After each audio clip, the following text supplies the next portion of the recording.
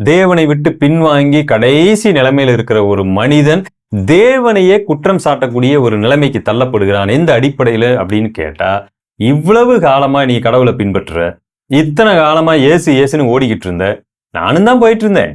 ஆனா இத்தனை காலமா நீ போயிட்டு இருந்தியே, உன் வாழ்க்கையில பாரு, இன்னமும் அதே வேலையில இருக்கிற, இன்னமும் அதே பைக்கை ஓட்டிக்கிட்டு இருக்கிற, இன்னமும் அதே வாடகை வீட்டுல இருக்கிற. உன் கடவுள் சரியான கடவுள்னா இந்நேரம் உன்னை எப்படி மாத்தி இருக்கணும் பாரு. அவனை பாரு, அவன் அந்நிய கடவுளை வழிபடுகிறான். நேத்து சைக்கிள்ல போறான், இன்னைக்கு பைக்ல போறான், நாளைக்கு கார் வாங்க போறேன்னு சொல்லிக்கிட்டு இருக்கிறான். அவனுடைய கடவுள் நல்லவரா, உன் கடவுள் நல்லவரா? அந்த பக்கம் பாரு, கடவுளே இல்லைன்னு சொல்லிட்டு ஒருத்தர் இருக்கிறான், அவன் பாரு எவ்வளவு உயர்ந்து இருக்கிறான். ஆனா நீ ஏசு ஏசு ஏசுன்னு சொல்லிக்கிட்டு இப்ப பாரு எப்படி உட்காந்துக்கிட்டு இருக்கிற. எது உண்மையான ஆசீர்வாதம்? தேவன் எதற்காக இந்த உலகத்திற்கு வந்தார்? எதற்காக எனக்காக மரித்தார்?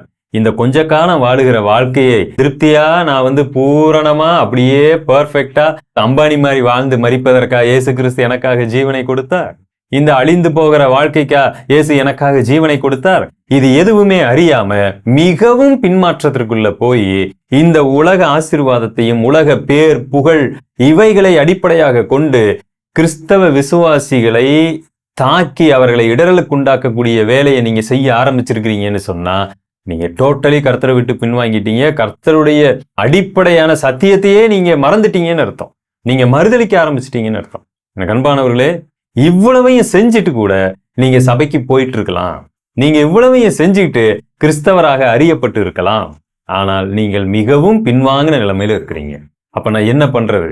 தயவு செய்து கர்த்தரண்டை திரும்பி வாங்க. தேவன் உங்களை வெறுக்கவில்லை. இதெல்லாம் எல்லாருக்கும் நடக்கக்கூடிய ஒரு சம்பவம் தான். இது ஒன்றும் புதிதல்ல. யார் வேண்டுமானாலும் கர்த்தரை மறுதலிக்கலாம். எப்பேற்பட்ட பரிசுத்தவானும் கர்த்தருக்கு விரோதமா போகலாம்.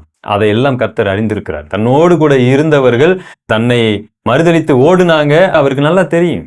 ஆனாலும் அவர்களை கூட்டி சேர்த்து கொண்டார். ஒரு மன வருத்தம் நமக்கு இருந்தா போதுமானது. ஒரு துக்கம், தேவனுக்கு ஏற்ற ஒரு துக்கத்தோடு நீங்க அவர் அண்டையில வந்தீங்கன்னா, இதை எல்லாவற்றையும் தேவன் சரி செய்ய வல்லமை உள்ளவளா இருக்கிறாரு. உங்களை மீண்டும் மாற்றக்கூடியவரா இருக்கு. ஒரு விசுவாசி கர்த்தரை மறுதலிக்க முடியும், கர்த்தரை விட்டு பின்வாங்க முடியும். அதே சமயத்துல அவன் கர்த்தரண்டை திரும்பினால் அவன் 30, 60, 100 இன்னும் அதிகமாய் பலன் தர முடியும் என்பதற்கு பேதுரு சாட்சி. எத்தனையோ பேர் சாட்சிகளாக இருக்கிறான். சோ கர்த்தரை விட்டு நீங்க பின்வாங்கின நிலைமையில இருக்கிறீங்களா? சோர்ந்து போகாதீங்க. கர்த்தர் உங்களுக்காக மரித்திருக்கிறார், உங்களை நேசிக்கிறார். அந்த கெட்டுப்போன இளைய குமாரன் திரும்பி வரும்பொழுது எப்படி வரவேற்றாரோ அதே போல வரவேற்க அவர் ஆயத்தம் உள்ளவரா இருக்கிறாரு.